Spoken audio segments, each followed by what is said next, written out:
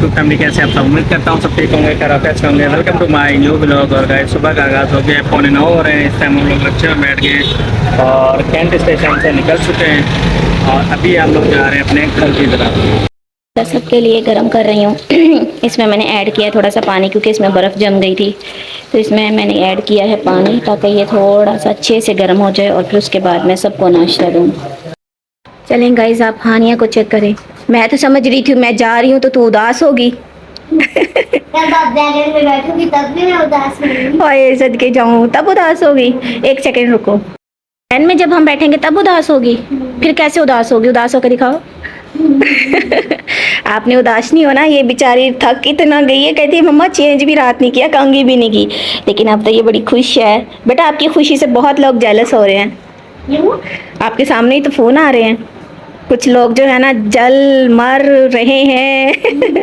लेकिन मेरी बेटी खुश है और हमें कुछ भी नहीं चाहिए। ऐसी है ना? आज तो मैंने भी धुलाई करनी है। लो जी, एक धोने वाला और भी बैठा है। आपके रिश्तेदारों की मुझे उनसे क्या फर्क पड़ता है?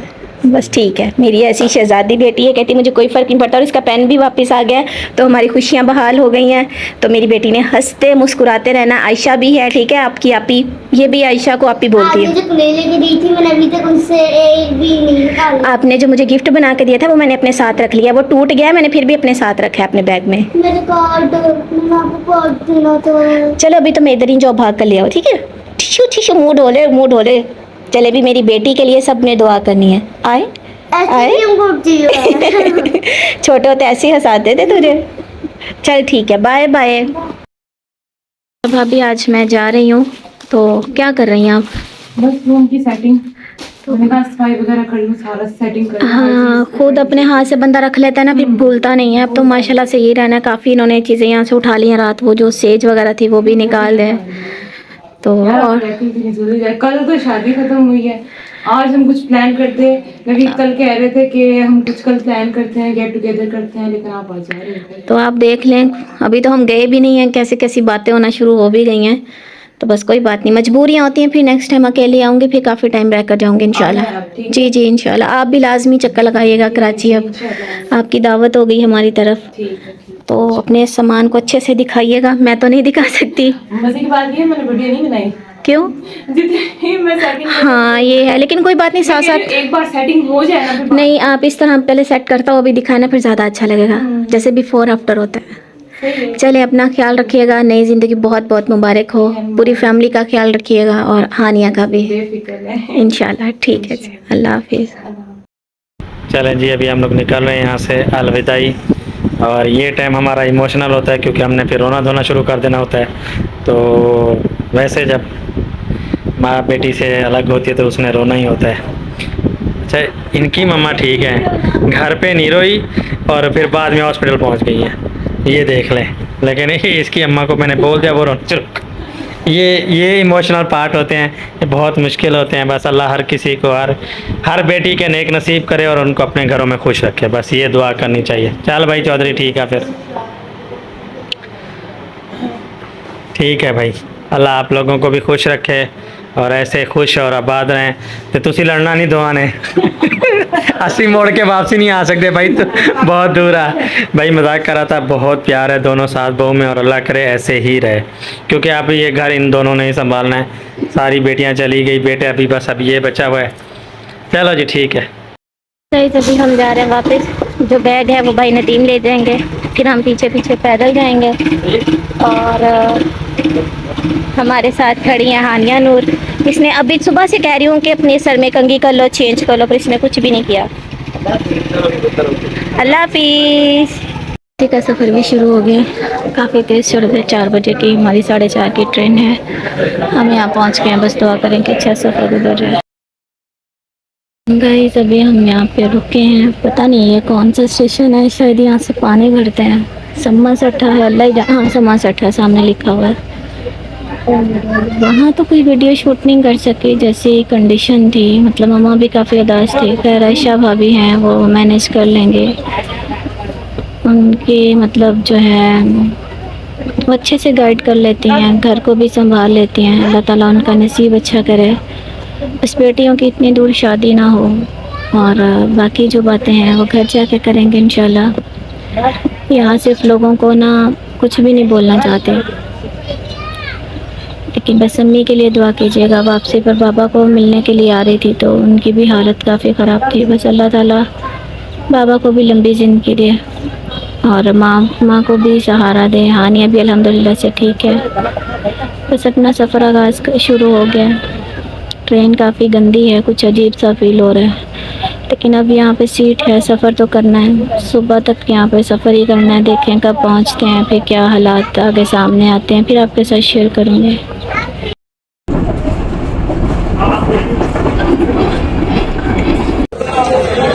गाइस मैंने अपने लिए ली है कॉफ़ी, इसका टेस्ट बहुत अच्छा है। मौसम फ़िलहाल गर्म ही है, अच्छा भी है। वो जा रही है, शायद इसकी आवाज़ आ रही है।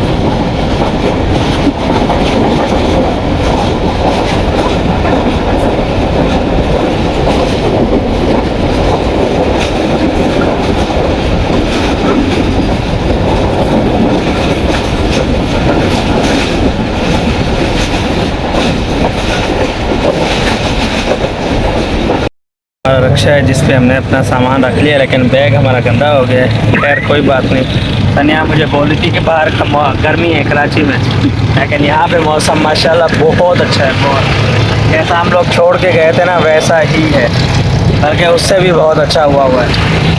हाँ, पंजाब में तो इस टाइम जो है ना गर्मी होती है, अभी भी गर्मी है यार। या तो काफ़ी लोगों ने प्लेटें यूज़ करना शुरू कर दी हैं, उसकी वजह से भी हो सकता है। बाकी घर पहुंचते हैं, शावर वगैरह लेने के बाद ही आगे की रूटीन आप लोगों से शेयर करेंगे इंशाअल्लाह।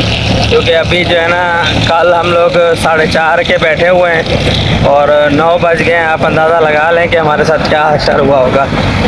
तो इसलिए काइंडली जो भी हमारे चैनल पर न्यू हो तो चैनल को लाइक शेयर कमेंट्स और सब्सक्राइब भी लाजमी कर दें। अल्हम्दुलिल्लाह से अपने घर हम पहुंच गए हैं। यहाँ का वेदर भी अच्छा है, पंजाब का भी बहुत अच्छा है, लेकिन अम्मी के घर के इर्द गिर्द सब ने प्लेट्स लगाई हुई हैं जिसकी वजह से इतनी हीट होती है। चलें गाइस, घर आते ही सबसे पहले रखिए चाय। मैंने तो कोई शावर कोई चेंज नहीं किया, लेकिन दिलबर साहब को कपड़े वगैरह दिए हैं, उन्होंने शावर ले लिया। अभी साथ में चाय रखी है तो चाय देती हूँ। घर आते हुए मम्मा ने कुछ मीठा दिया था, मठियाई वगैरह, देखती हूँ साथ वो खाते हैं या नहीं। चलें गाइस, मैं फ्री बैठी थी, चाँद को देख रही थी। इसकी कितनी माशाल्लाह से रोशनी है, बहुत अच्छा लग रहा है। और अल्लाह ताला से अब ढेरों दुआएं कर सकते हैं। आज की रात भी जैसे बहुत कीमती है, अनमोल है। मैं तो चाँद को देख रही थी, पूरे चाँद की रात है आज। ये देखें कितना खूबसूरत है। ये अल्लाह ताला का बलप है, ये अल्लाह ताला का बलप है, कोई शक नहीं। देखें कितना खूबसूरत लग रहा है। ये और जूम भी हो जाएगा, ये देखें। एक बलप पूरे पाकिस्तान को क्या पूरी दुनिया को लाइट दे रहा है। ये देखें अभी कितना दूर हम आ गए हैं। अच्छा, मेरा मोबाइल से तो ये बिल्कुल भी कैप्चर नहीं हो सकता। चलें जी, माशाल्लाह माशाल्लाह। बाकी तो सारा आसमान ऐसे ही खाली नज़र आ रहा है, लेकिन ये देखें, ये है अल्लाह की लाइट, अल्लाह का दीवा, अल्लाह का बल्ब, सब कुछ बोल सकते हैं। हम लोग बोलते थे अल्लाह का बल्ब छोटा। चले ठीक है जी। अपने लिए बना के लेकर आई हूँ पतली सी चाय, और जिसमें स्टीव ऐड किया है, साथ में पॉपकॉर्न बनाए, क्योंकि फ़िलहाल घर में कुछ भी नहीं है और नेट भी नहीं चल रहा हमारा। जब हम घर आए हैं ना तो नेट हमारा बंद है। ये भी ऑफिस जाना पड़ेगा तो ही वो ठीक होगा। तो बस इसीलिए ना किसी को कोई कॉल हो सकती थी ना मैसेज। बस फिर मैंने यही सोचा कि ये बनाऊं, क्योंकि वहाँ पे ना नाश्ता करने की, खाने की आदत हो चुकी थी और यहाँ पर आकर कुछ भी नहीं। तो ज़ाहिर सी बात है इंसान को भूख लगती है। फिर अपने लिए मैंने फिर अपना वही बना लिया, पॉपकॉर्न बनाए हैं। पॉपकॉर्न मुझसे ज़्यादा बन गए हैं और साथ में चाय ली है। आप लोग भी आएँ और इन्जॉय करें, बहुत मज़े के बने हैं। अस्सलाम वालेकुम माय यूट्यूब फैमिली, कैसे हैं आप? उम्मीद करती हूँ कि आप सब ठीक होंगे, खैरियत से होंगे। अल्हम्दुलिल्लाह से मैं ठीक हूँ, लेकिन मेरी शक्ल आप देखें कि कैसी हुई है। असल में बहुत ज़्यादा थकावट हो गई थी जब हम घर आए हैं। तकरीबन यजमान से तो हम 3 बजे के निकले हुए हैं और सुबह हम 9 बजे के करीब घर पहुँचे हैं। तो अभी भी ना ऐसे लगता है जब खड़े होते हैं ना तो चक्कर से आते हैं और इतना अजीब सा हो रहा है कि ना समझ नहीं आ रही। ना चेंज बस आके शर्ट पहनी है और शावर लिया था, उसके बाद कुछ भी नहीं। ना खाना कुछ खाया था। चाय मैंने 2 दफ़ा बनाई है दोनों दफ़ा ही नहीं पी मैंने, ना दिल नहीं कर रहा था। और पॉपकॉर्न लिए हैं बस थोड़े से। ब्लॉग एंड करना था तो उससे पहले मुझे कुछ थोड़ी सी ज़रूरी बातें करनी थी। अल्हम्दुलिल्लाह से बहुत अच्छी शादी गुजरी, जैसा नॉर्मल फंक्शन था अल्हम्दुलिल्लाह से हर चीज़ परफेक्ट थी। अल्लाह का लाख लाख शुक्र है, जितना मैं व्लॉग बना सकती थी मैंने बनाया है और प्रॉपर आपके साथ शेयर भी किया है। बहुत से लोगों ने पसंद भी किया और थकावट अभी भी काफ़ी है, लेकिन ज़ाहिर सी बात है जो चीज़ें क्लियर करनी थी वो मैंने सोचा था कि मैं अपनी वालदा के घर में नहीं, अपने घर में सुकून से बैठ कर करूँगी, ताकि मैं नहीं चाहती कि मेरे घर वालों का भी कोई माहौल ख़राब हो। ठीक है, सबसे पहली बात ये है कि मैं जब इस दफ़ा आई हूँ ना, पता नहीं क्यों यार कुदरती इतना रोना आ रहा था कि मुझे नहीं पता कि कैसे मैं रोती रही हूँ। रात भी वहाँ पे ट्रेन में भी लोग देख रहे थे कि ये क्यों ऐसे रो रही है। लेकिन क्या है कि इंसान, मैंने खैर दिलबर को भी इस चीज़ का नहीं बताया, तो बस अपना खामोशी से बैठी रही हूँ। ना कुछ खाने को दिल किया है, कुछ भी नहीं। हानिया की बहुत याद आ रही है, मम्मा की बहुत याद आ रही है। मम्मा सुबह से नेट भी नहीं है यार, बिल्कुल भी नेट नहीं था। अभी ये तकरीबन 5 बजे के करीब जाके हमारे घर का नेट आया है। ना किसी से कोई बात हो सकती है, कुछ भी नहीं। और सिम पे जो नेटवर्क चलता है वो बहुत ही कम आता है, सिर्फ आपके पास मिस कॉल शो होती है, कॉल तो होती नहीं है, ना आप बैक कॉल किसी को कर सकते हो। इस दफ़ा ना ऐसे है कि जैसे पता नहीं क्या कुछ छोड़ आई हूँ, कुछ समझ ही नहीं आ रहा। हत्ता कि इस दफ़ा मैं अपने घर में बहुत खुशी से गई हूँ और खुशी से आई हूँ। बहुत कम टाइम के लिए गई हूँ, जितनी की इजाज़त मिली थी उतने ही दिन रहे हैं, उससे ज़्यादा तो एक दिन भी नहीं है। और जाते हुए ही दिलबर साहब यहाँ से टिकट करवा कर गए थे। मैंने उस दिन भी इनसे बोला था कि प्लीज़ आप एक दिन एक्स्ट्रा ले लें, शादी ख़त्म होगी हम आ जाएंगे तो मुझे अच्छा नहीं लगेगा कि चले हम दावत करके उनकी आ जाएंगे। लेकिन उन्होंने बोला कि नहीं, मैं इन डेज़ में मैं जा सकता हूँ, उसके अलावा मैं नहीं जाऊँगा और ना ही मैं नहीं जाना चाहता फिर ना, उन्होंने इसी तरह बोला। लेकिन फिर भी वो अपना कीमती टाइम निकाल कर मेरे लिए गए, उसके लिए थैंक यू सो मच। फिर उसके बाद जो है हम अपना जैसे शादी, मैं यकीन करें कि शादी में भी बिज़ी रही हूँ, लेकिन साथ साथ मैंने ये कोशिश की है कि अपने जो साथ काम है वो ख़त्म करती रहूँ। वहाँ मतलब मैंने काफ़ी बिज़ी डेज़ गुजारे हैं, रेस्ट नहीं की, बस अपने काम की तरफ ही तवज्जो दी है। और उसके बाद यहाँ आ गए, जो नॉर्मल ब्लॉगिंग हुई है वही की है, ज़्यादा नहीं कर सकी। अपने कोई ड्रेसिंग, अपना तैयार होना, ऐसा कुछ भी नहीं दिखा सकी। हत्ता कि मैं बहुत ज़्यादा ड्रेस लेकर गई थी शादी से रिलेटेड, लेकिन मैंने सिर्फ एक ही पहना, इसके अलावा नहीं पहना। तो आज मैं यहाँ बैठकर ये बात करना चाह रही हूँ। अब इससे चाहे जिसको जो भी इशू हो, ये मैं आज लास्ट टाइम ही बात करूँगी। पहली बात ये है कि जब मैं आप लोगों का नाम नहीं लेती तो आपका भी कोई हक़ नहीं बनता कि आप मेरा नाम लें। आपको जो बात करनी है, इंस्टाग्राम की आईडीज़ हैं, हो सकता है कि व्हाट्सएप नंबर हो, आप डायरेक्ट बात करें, मुझे इसमें कोई एतराज़ नहीं है। ना मैं ऐसी लड़की हूँ कि मैं यहाँ पर आके स्क्रीनशॉट लगाऊँगी। ठीक है, जो लोग आकर इस कदर घटिया बकवास करके रिश्ते ख़राब करते हैं, अगर मैं उनकी यहाँ पर चैट्स वगैरह लगाना शुरू करूँ ना तो हर किसी को समझ आ जाएगा कि ये चीज़ें क्या चल रही हैं। इस टॉपिक पे मेरी और दिलबर साहब की बहुत पहले बात हो गई थी और उसके बाद इस टॉपिक पे हमने कभी बात नहीं की कि फ़लाँ कमेंट्स है, फ़लाँ ये बात है। हर किसी की अपनी नेचर है, हर किसी ने अपने ही आकर बोल कर जाना है। बहुत से लोग ऐसे हैं जो कहते हैं कि आप पहले हमें अच्छी नहीं लगती थी, अब आप अच्छी लगती हो। ठीक है, और हर किसी ने मुझे पॉजिटिव ही रिस्पांस दिया है। मेरा इंस्टाग्राम जो है ना इस टाइम भरा पड़ा है। ठीक है, कुछ लोग ड्रेस के बारे में भी इंफॉर्मेशन मांग रहे हैं, कुछ लोगों ने ड्रेस को गंदा बोला, किसी ने कुछ बोला। देखिए, मुझे ख़ुद को अच्छा लगा और मेरे शौहर ने लेकर दिया, इससे बड़ी कोई बात नहीं है। आज मैं आपको अपने सूट के मैं यहाँ पर करना नहीं चाह रही थी, क्योंकि मेरे जो रिश्तेदार हैं ना उनको बहुत ही ज़्यादा उलझन होती है, लेकिन सिर्फ आप लोग जो है ना मेरे लिए ज़्यादा अहम है। तो मैं यहाँ पर एक बात क्लियर करती चली जाऊँ कि मेरा 3500 का सूट आया था और उसके ऊपर मामू नदीम को 1000 रुपये मैं पहले देकर आई थी, और उसके बाद जो है 2000 मैंने उनको फिर दिया था। अब आप खुद ही लगा लें कि ये कितने का सूट बना है। स्टिचिंग और लेस वगैरह लगाकर मामू ने मुझे सिलाई करके दी है। आप खुद ही हिसाब लगा लें कि ये जो 6-7 हज़ार का मेरा सूट बना है। ज़ाहिर सी बात है मैंने शादी पर पहना था, अब इतना तो खैर होना ही था। तो ये मैंने जी अपने शौहर से सूट लिया था। उसके अलावा मुझे उन्होंने कौन से यहाँ पर गहने दे दिए हैं जिसकी वजह से ऐसी बात हो रही है। ना मेरी कोई ख़ास दिल भर से डिमांड है। मुझे आप हमेशा टी शर्ट में ही देखते हैं, जो कि कभी वो पहन जाते हैं तो कभी वो उतार जाते हैं। कभी कोशिश होती है वही पहन लेती हूँ या चेंज कर लेती हूँ। मेरी अपनी टी शर्ट्स जो हैं वो टोटल ही ख़त्म हो चुकी हैं।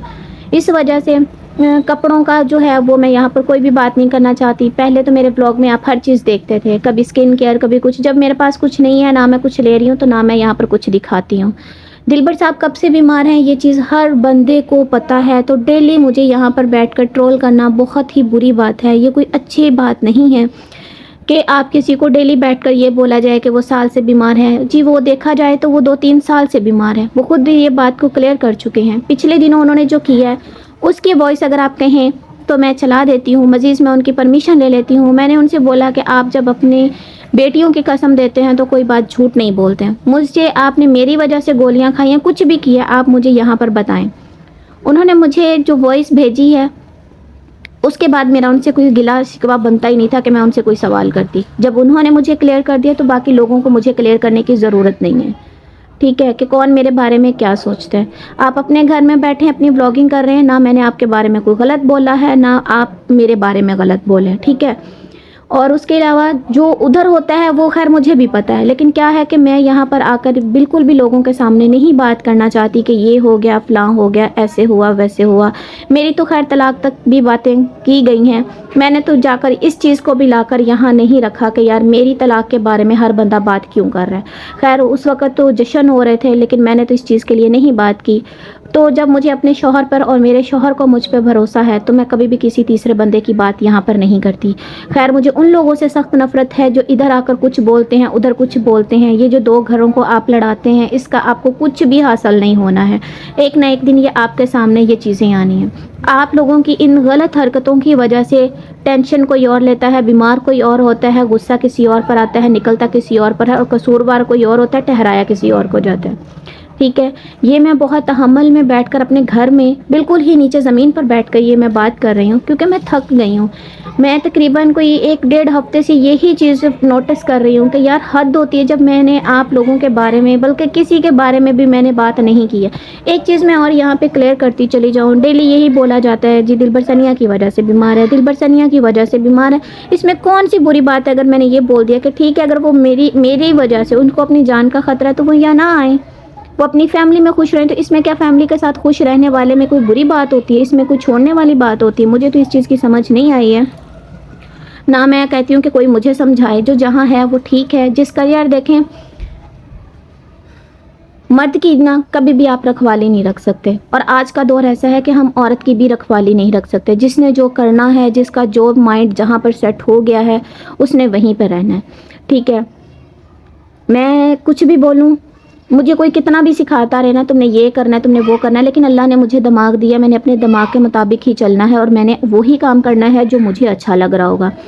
सेम दूसरी तरफ भी ऐसा ही है, सेम तीसरी तरफ भी ऐसा ही है, और सेम चौथी तरफ भी ऐसा ही है कि हर बंदे ने अपनी मर्ज़ी से ही सारे काम करने होते हैं। कोई किसी की यहाँ पर बात नहीं सुनता। हर कोई अपनी मर्ज़ी का मालिक है, अपनी मर्ज़ी के साथ ही वो चलता है, खाता है, पीता है, उठता है, जो भी करना होता है। वो जिस टाइम यहाँ पर आते हैं मेरी कोशिश होती है, अगर हाँ मुझे कोई चीज़ हर्ट कर रही होती है तो उसका बेहतर हल ये होता है कि मैं खामोश हो जाऊँ। ठीक है। लेकिन असल में बात यह है कि कभी कभार इंसान बोल भी देता है। तो यही बात है, बस मेरा जिक्र ना किया जाए तो ज़्यादा बेहतर है। जो भी मसले मसाइल हैं मेरा नंबर ले लें, मेरे साथ इंस्टा पर रब्ता करें, लेकिन फजूल में किसी की बातों में आकर मुझे गंदा करने की ज़रूरत नहीं है। ना तो मैंने आज तक किसी का कमेंट्स पिन किया है जो मुझे अच्छा नहीं लग रहा होता, और ना ही मैं कभी दिलबर साहब के कमेंट्स के नीचे जाकर लोगों को कमेंट्स करके आती हूँ, क्योंकि मुझे अच्छा ही नहीं लगता। मैं क्यों वहाँ जाकर अपनी सफाइयाँ देती रहूँ। ठीक है, मुझे जो चीज़ बुरी लगती है ना, मैं वहाँ पर उनको पर्सनल मैसेज कर देती हूँ कि मुझे ये कमेंट्स अच्छा नहीं लग रहा। अगर आपको बुरा ना लगे तो आप इसे डिलीट कर दें, ठीक है। क्योंकि दिलबर साहब 24 घंटे जो है ना, वो मैंने उनको एक चीज़ नोटिस की है कि वो जो है यूट्यूब को खोल कर नहीं देखते, क्योंकि वो कहते हैं कि मुझे इससे ना सनिया डिप्रेशन होता है। तो अच्छी बात है, वो नहीं देखते हैं। हाँ, जो चीज़ मुझे अच्छी नहीं लग रही होती मैं उनको बोल देती हूँ, वो डिलीट कर देते हैं। और अगर सम टाइम डिलीट ना भी हो तो अब इन चीज़ों से फ़र्क नहीं पड़ता है, क्योंकि जहाँ पे आपको चाहने वाले होते हैं ना, वहाँ आपके ख़िलाफ़ ज़्यादा खड़े होते हैं। तो इस वजह से जिसने जो लिखना है, जिसने जो बोलना है, वो बोल कर रहना है। बेहतर यही है कि ना खुद परेशान हो और ना मुझे करें। ना तो मैंने दिलबर साहब के साथ कुछ बुरा किया है, ठीक है। वो कब से कैसे बीमार है हर किसी बंदे को पता है, लेकिन फिर भी इल्ज़ाम मेरे ऊपर आ जाता है। हर कोई अपनी अपनी वीडियो बनाकर सच्चा होकर एक साइड पर हो जाता है, इल्ज़ाम मुझ पर आता है। ना मैं इस चीज़ की सफाई पहले दी थी, ना मैंने अब दी है। ये चीज़ मैंने मम्मा के सामने भी बैठ, रुबीना मम्मा के सामने बैठकर भी की थी कि अगर इनको अपनी जान का कोई भी खतरा है तो बेशक आप मुझसे अलग हो जाएं, ठीक है। खाना मम्मा बनाती है, अगर वो बनाती हैं फिर भी इशू, अगर वो ना बनाए तो फिर भी मेरे ऊपर इल्ज़ाम लगता है। जब से मम्मा आई हैं वो अपने बेटे के लिए खुद खाना बनाती हैं। मैं इसी वजह से खाना नहीं बनाती कि हो सकता है खाने ही सारी बीमारी का जड़ हो, लेकिन नहीं, वो खाने के बावजूद भी वो वैसे ही हैं, ठीक है। और अल्हम्दुलिल्लाह अल्लाह ताला उनको सेहत दे, तो बस उनके लिए ज़्यादा दुआ कीजिएगा। बाकी जो है मैं रोना नहीं चाहती, लेकिन मेरी बेटी के लिए, मेरी वालदा के लिए लाजमी दुआ कीजिएगा। अल्लाह ताला हम सबको अपने हिफ्ज़ ईमान में रखे। ये लड़ाई झगड़ा फसाद ये सब चीज़ें ख़त्म हो जाएं तो ज़्यादा बेहतर है। अगर नहीं भी होती तो मेरे ख़्याल में किसी और की बातों में लग कर आकर अपने घरों को ख़राब ना किया जाए। बस इतना ही बोलूँगी। और एक आखिरी बात करती चलूँ जाऊँगी, अभी अजान हुई है, मैं कोई झूठ नहीं बोल रही हूँ।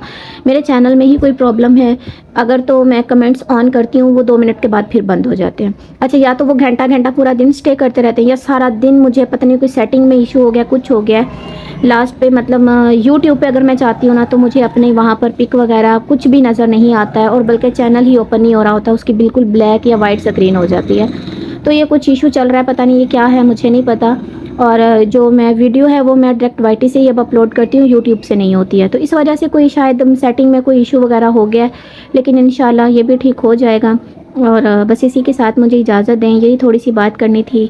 मुझे पता है इसमें से बहुत सी बातें बहुत से लोगों को बुरी लगनी है, तो उसके लिए माजरत, लेकिन मुझे जैसा आगे से सवाल मिलता है मैंने वैसे ही जवाब दिया है। ना मैंने किसी को अच्छा बोला, ना मैंने किसी को गंदा बोला। मेरी लाइफ में अपनी भी पर्सनल बहुत सी टेंशन है, और बस मैं यहाँ पर वो इतना आकर नहीं बोलना चाहती। फिर सबने यही कमेंट्स करना है, जैसे घर में आई है फिर वही बातें शुरू हो गई हैं। ये बात मैंने यहाँ पे आकर ही करनी थी। और हाँ, कल मैं बहुत उदास थी, आज सारा दिन भी ऐसी था कि जब भी आंख लगती थी ना फौरी उठ जाती थी डर के। ऐसे लग रहा था जैसे सब कुछ ख़त्म हो गया। मतलब इस बार मैं अपनी फैमिली को बहुत ज़्यादा मिस कर रही हूँ। आपने शायद दिलबर साहब के व्लॉग में कल देखा हो कि हम बाबा से मिलने के लिए गए हैं, तो उन्होंने बोला कि बेटा आप अभी रहते, आप लोग ना जाते, मेरी हालत ऐसी है। आप यकीन करें कि उनकी ये बात सुन के ना टांगे कांप रही थी। एक कल जो है ना वैन वगैरह कुछ भी नहीं मिल रहा था, बहुत मुश्किल से हमने बहावलपुर से, यजमान से बहावलपुर का सफ़र किया। आप सोच भी नहीं सकते हैं कि हम कैसे, ऐसे ही था कि हम एक दूसरे की ना गोद में ही बैठे हैं। इतनी वो वैगन भरी हुई थी, पता नहीं हमने कैसे वो सफ़र किया है। बहुत मुश्किल से हम बहावलपुर पहुंचे हैं। ज़ाहिर सी बात है कि अगर ट्रेन हमारी छूट जाती तो हमारे पैसे वेस्ट जाते, और मैं हरगिज़ ऐसा नहीं चाहती थी। और बस अल्लाह ताला मेरे भाई का नया घर है उसको आबाद रखे, अम्मी अब्बू को सेहत दे, हानिया को भी खुश रहे। हानिया से रिलेटेड भी बहुत से मसले सॉल्व हो गए हैं। इस चीज़ की बहुत सी खुशी है, और इस चीज़ की बहुत से लोगों को तकलीफ़ भी है। इस चीज़ के बारे में मैं कल वीडियो बनाऊंगी। तो तब तक के लिए मुझे इजाज़त दें, अपना ख्याल रखिएगा, दुआओं में याद रखिएगा। तो मिलूंगी कल आपके साथ एक अच्छे ब्लॉग में। घर की रूटीन आपको दिखाऊंगी। वैसे तो घर अल्हम्दुलिल्लाह से साफ़ सुथरा है, लेकिन ज़ाहिर सी बात है 3-4 दिन बंद रहा है तो इसकी सफाई करती हूँ। बस, अल्लाह हाफिज़।